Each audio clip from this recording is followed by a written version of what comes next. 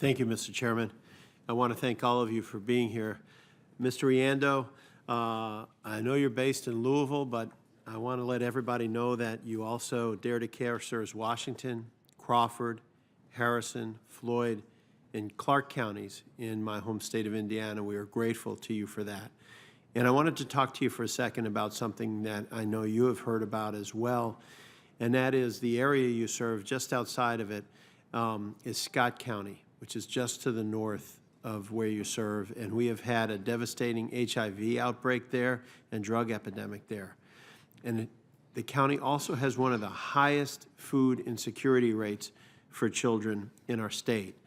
And I was wondering, in your mind, what is the best way to reach those kids to make sure they've had enough to eat, to make sure they stay in school, and hopefully stay away from drugs as well?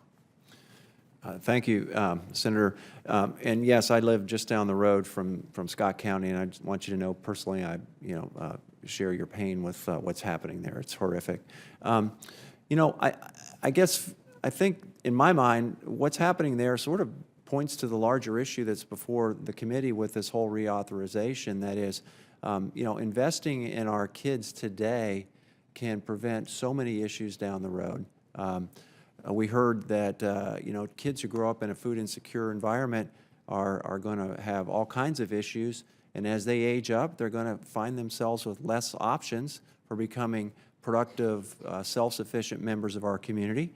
I'm certainly not an expert on drug addiction or HIV, but I would have to guess that there is a very close correlation between the levels of food insecurity that you see in that county and some of the problems that folks are facing with no alternatives to turn to.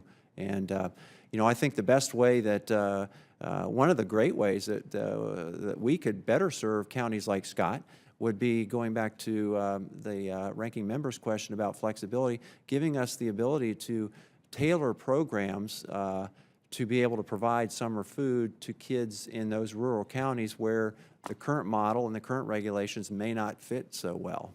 Which ties in a little bit to my next question, which is that in some of our rural areas that you serve, and obviously throughout the rest of the state and in the country, there are pack-a-backpack programs for kids on the weekend and such. And I know you help to work with that also. Do you think that as you look at that, we'd be able to reach more food insecure children if those meals in that program were eligible for reimbursement, as I know the funds come from private sector for that? Absolutely. That program is, in our case, with Dare to Care and the serving our rural counties, that is one of the programs that we do use to reach kids in the rural counties, because when kids are congregated at school, it's the one place we can get nutritious food to them to take home for the weekends.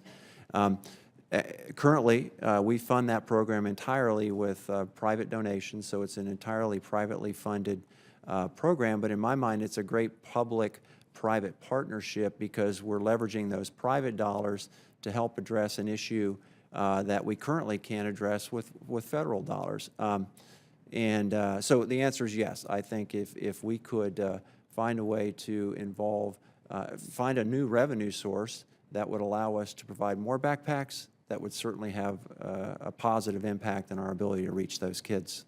Thank you. And Dr. Hassank, one of the areas of concern for me with food insecurity is also the general obesity that has occurred in children and the increase in diabetes type 2.